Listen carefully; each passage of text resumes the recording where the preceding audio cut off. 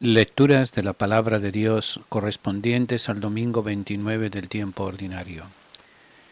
La primera lectura está tomada de un fragmento del profeta Isaías, el capítulo 45, y dice de la siguiente manera: Así habló el Señor a Ciro, su ungido, a quien ha tomado de la mano para someter ante él a las naciones y desbaratar las potencias de los reyes, para abrir ante él los portones y que no quede nada cerrado. Por amor a Jacob mi siervo y a Israel mi escogido, te llamé por tu nombre, y te di un título de honor, aunque tú no me conocieras. Yo soy el Señor, y no hay otro. Fuera de mí no hay Dios. Te hago poderoso, aunque tú no me conoces, para que todos sepan de oriente a occidente que no hay otro Dios fuera de mí. Yo soy el Señor, y no hay otro. Y esto es palabra del Señor. El Salmo responsorial corresponde al fragmento del Salmo 95. Aclamen la gloria y el poder del Señor. Canten al Señor un cántico nuevo. Canten al Señor toda la tierra. Cuenten a los pueblos su gloria, sus maravillas a todas las naciones. Porque es grande el Señor y muy digno de alabanza, más temible que todos los dioses, pues los dioses de los gentiles son apariencia, mientras que el Señor ha hecho el cielo. Familias de los pueblos, aclamen al Señor. Aclamen la gloria y el poder del Señor. Aclamen la gloria del nombre del Señor. Señor, entren en sus atrios trayéndote ofrendas. Póstrense ante el Señor en el atrio sagrado. Tiemblan en su presencia la tierra toda. Digan a los pueblos, el Señor es Rey. Él gobierna a los pueblos rectamente. Aclamen la gloria y el poder del Señor.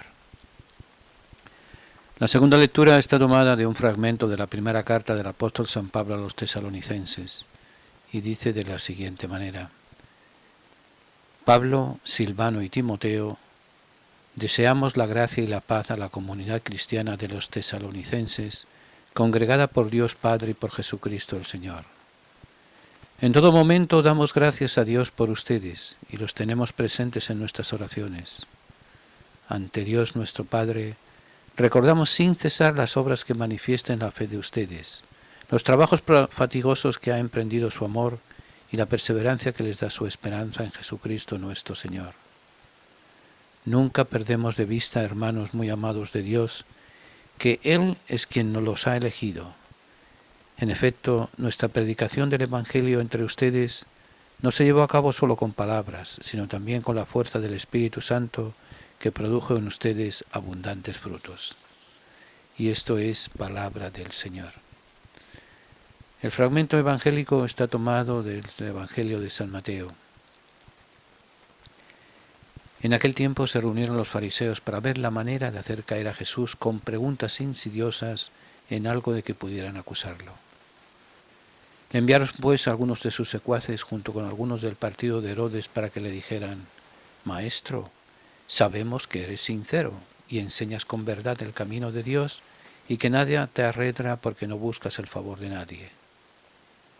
Dinos pues qué piensas. ¿Es lícito o no pagar el tributo al César? Conociendo Jesús la malicia de sus intenciones, les contestó: Hipócritas, ¿por qué me tratan de sorprender? Enséñenme la moneda del tributo. Ellos le presentaron una moneda. Jesús les cuestionó y les preguntó: ¿de quién es esta imagen y esta inscripción? Le respondieron: del César. Jesús entonces concluyó: pues den al César lo que es del César y a Dios lo que es de Dios. Y esto es palabra del Señor. Reflexiones en torno a la palabra de Dios del domingo 29 del tiempo ordinario.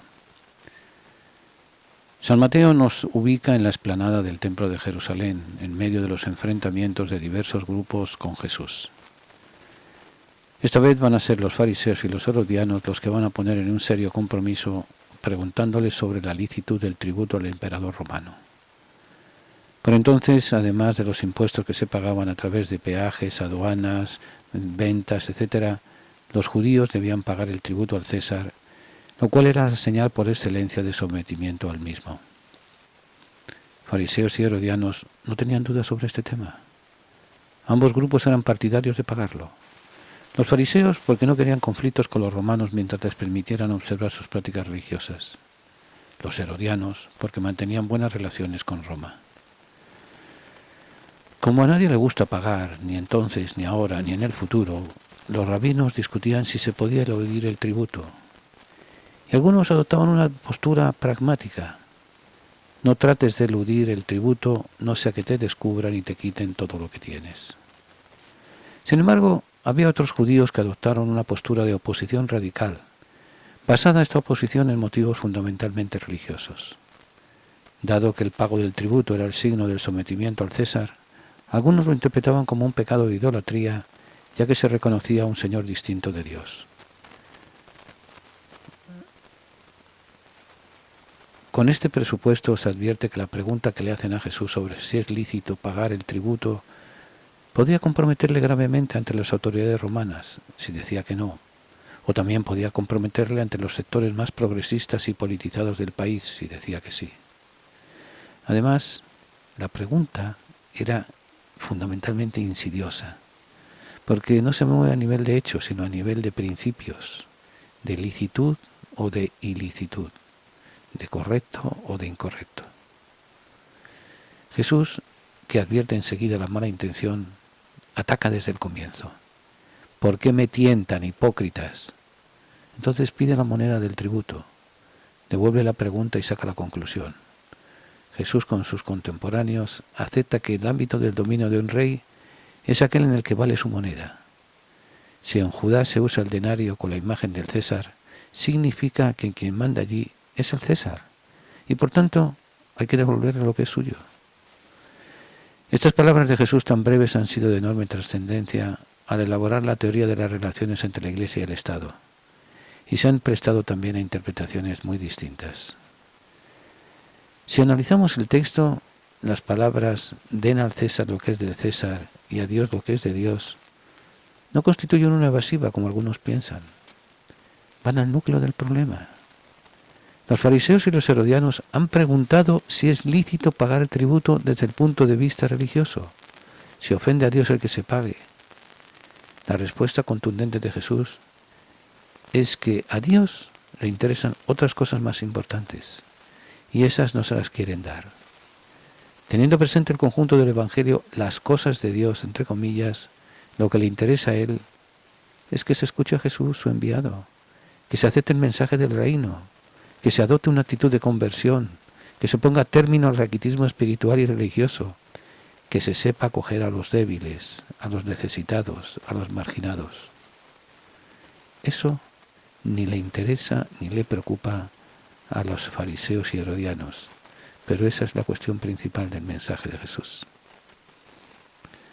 Si el Evangelio no fuese tan breve, tan escueto, podría haber parafraseado la respuesta de Jesús de esta manera: ¿es lícito poner el sábado por encima del ser humano? ¿Es lícito cargar fardos pesados sobre las espaldas de los hombres y no empujar ni con un dedo? ¿Es lícito llamar la atención de la gente para que nos hagan reverencias y les llamen maestros? ¿Es lícito impedir a la gente el acceso al reino de Dios? ¿Es lícito hacer estúpidas disquisiciones sobre los votos y juramentos? ¿Es lícito dejar morir de hambre al padre y a la madre para cumplir un voto? ¿Es lícito pagar los diezmos de la menta y del comino y olvidar la honradez, la compasión, la sinceridad? En todo esto es donde están en juego las cosas de Dios, no en el pago del tributo al César. Naturalmente, la comunidad cristiana pudo sacar de aquí consecuencias prácticas. Frente a la postura intransigente de los sicarios, defender que no era pecado pagar tributo al César y con una perspectiva más amplia fundamentar una teoría sobre la convivencia del cristiano en la sociedad civil sin necesidad de buscar por todas partes enfrentamientos inútiles. Siempre, incluso en las peores circunstancias políticas, nadie podrá arrebatarle a la Iglesia y al cristiano la posibilidad de dar a Dios lo que es de Dios. Pero volvamos a las otras lecturas. En la primera lectura vemos como en Israel, desde los primeros siglos, hubo gente fanática y gente enemiga de conceder el poder político a un hombre mortal. El único rey debía ser Dios, aunque no quedaba claro cómo ejercía en la práctica esa realeza. Otros grupos, sin negarle la autoridad suprema a Dios, aceptaban el gobierno de un rey humano, pero siempre debía tratarse de un israelita, no de un extranjero. La novedad del texto de Isaías, una auténtica revolución teológica para la época, es que Dios, aunque afirma su suprema autoridad, yo soy el Señor y no hay otro, fuera de mí no hay Dios, Él mismo escoge al rey persa Ciro, lo lleva de la mano, le pone la insignia y le concede la victoria, porque Ciro, al cabo de pocos años, será quien conquiste Babilonia y libere a los judíos, permitiéndoles volver a su tierra. Este proceso de esclavitud y liberación, de vuelta a la tierra, recuerda lo ocurrido siglos antes cuando el pueblo salió de Egipto. La gran novedad, escandalosa para muchos judíos, es que ahora el Salvador de ellos no es un nuevo Moisés, sino que es un emperador pagano. El texto ha sido elegido para confirmar con un ejemplo histórico que se puede respetar al emperador, pagar tributo sin por ello ofender a Dios. La segunda lectura está tomada de fragmentos de la carta a los tesalonicenses. Desde este domingo hasta el domingo 33, inclusive la segunda lectura, el 33 inclusive, la segunda lectura se va a tomar de la primera carta del apóstol San Pablo a los tesalonicenses. Esta carta fue escrita en Corinto hacia el año 49-50 de la era actual, del primer siglo. Tesalónica, ciudad fundada por Alejandro Magno, es la segunda en el territorio europeo que pisan San Pablo y sus compañeros después de Filipos. Aunque el libro de los Hechos sugiere que su estancia duró unos 15 días, las cartas a los tesalonicenses y las relaciones que se establecieron entre los misioneros y la comunidad hacen pensar en varios meses. A estos cristianos dirige Pablo su primera carta, que es también el documento más antiguo del Nuevo Testamento. La carta comienza con una larga acción de gracias, recordando la forma en que los apóstoles transmitieron el Evangelio y la acogida que tuvieron por parte de los tesalonicenses.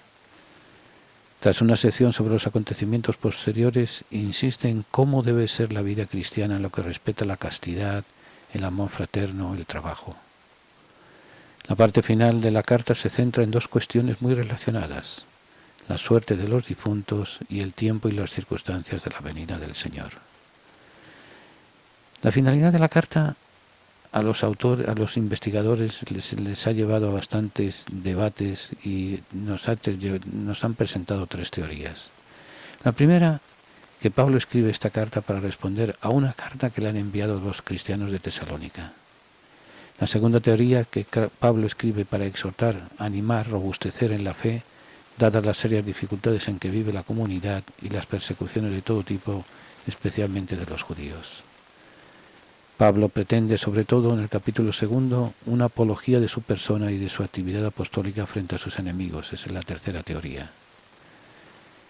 El breve fragmento elegido por los liturgistas para la celebración de hoy solo contiene el comienzo con los elementos típicos, remitentes, destinatarios, saludos, y el comienzo de acción de gracias, donde Pablo recuerda las tres grandes virtudes de los tesalonicenses, virtudes que siguen siendo válidas para nosotros: fe, amor y esperanza, y junto a ellas el don de la elección, saber elegir a Dios.